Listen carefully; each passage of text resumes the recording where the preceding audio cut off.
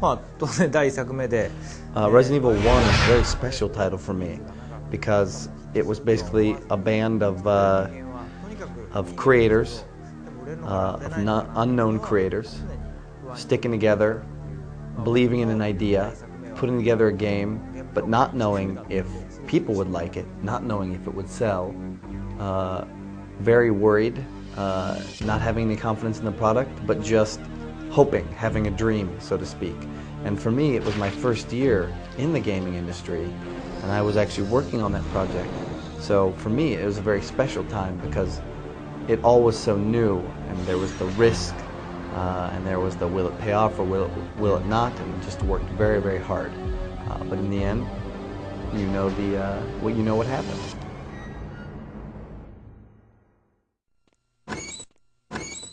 Hello? Is anyone here? Hello?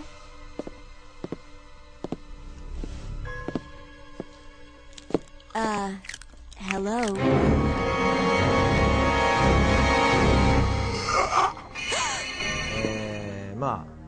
For 2, the thing I remember most is that there is so much pressure. There's even more pressure after you get a hit game trying to make a hit sequel than there is probably when you're trying to make an original game, because at least with an original game, you know, if it doesn't hit, then oh well. With a hit game, it's almost expected with the sequel that it's going to be a hit as well, and if it isn't, then you really upset the audience. So we had all this pressure, and the thing I remember most about that time was we had gotten a build to about 80% of the game done, and we took a step back and looked at it, and to our utter shock, disbelief, was that this was not Resident Evil. This was not what it should be. So we started from the beginning, again. But it's tough choices like that you have to make, that if they pay off big. And that was the right decision, because when 2 came out, it was a very good game.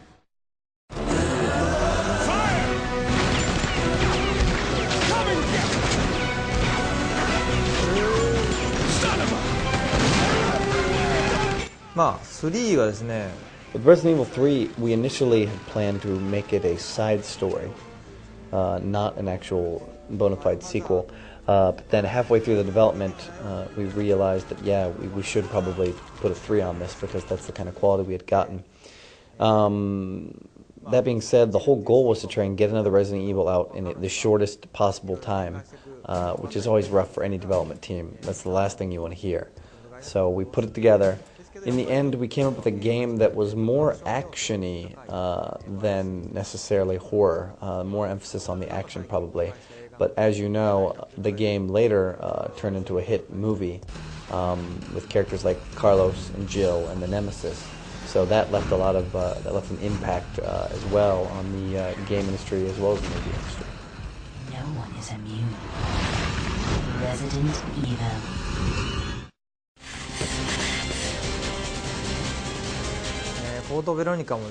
Code Veronica was a project that ended up being delayed, taking a lot longer than we had expected. But fortunately with that, the contents, the length of the game also became longer and longer and longer as the game progressed. And for it not being considered a numbered Resident Evil necessarily, because it has the subtitle, it still had a lot of Resident Evil-like elements to it, with the boxes. It had Chris. It had Claire from number 2, so it was very reminiscent of a Resident Evil game.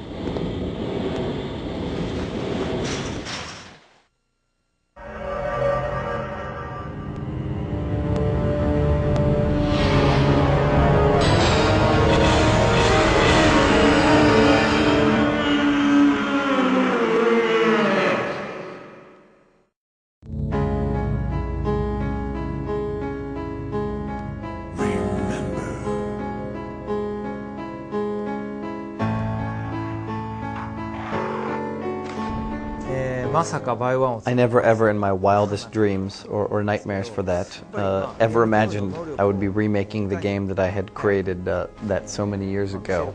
And yet here I was, remaking it with an emphasis on graphics and looks, as well as slightly changing the gameplay. We had a good time doing it, but let's just say I'd rather not remake it again after I'd already remade it the second time.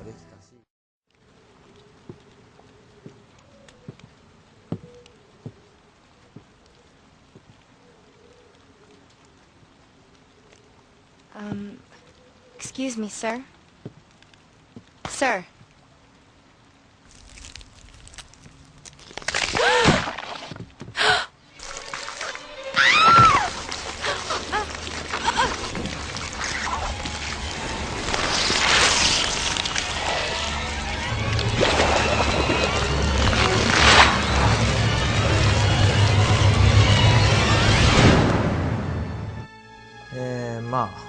It's probably a common pattern, formula within Capcom, but to do the old prequel, go back into the roots of an actual game and some of its characters.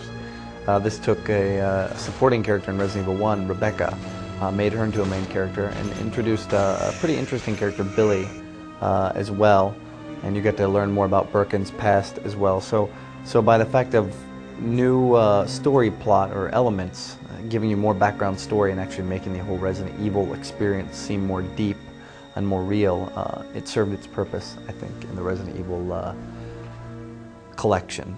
It's probably because everything was so new, I was so young, and it was so much time, but number one was probably the game I'll remember the most.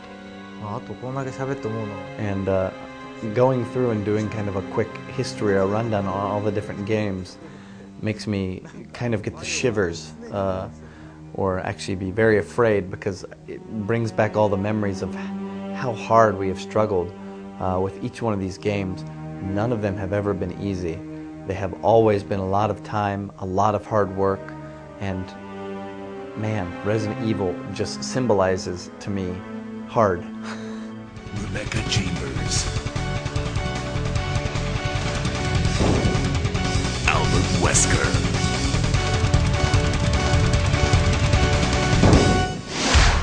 Resident Evil.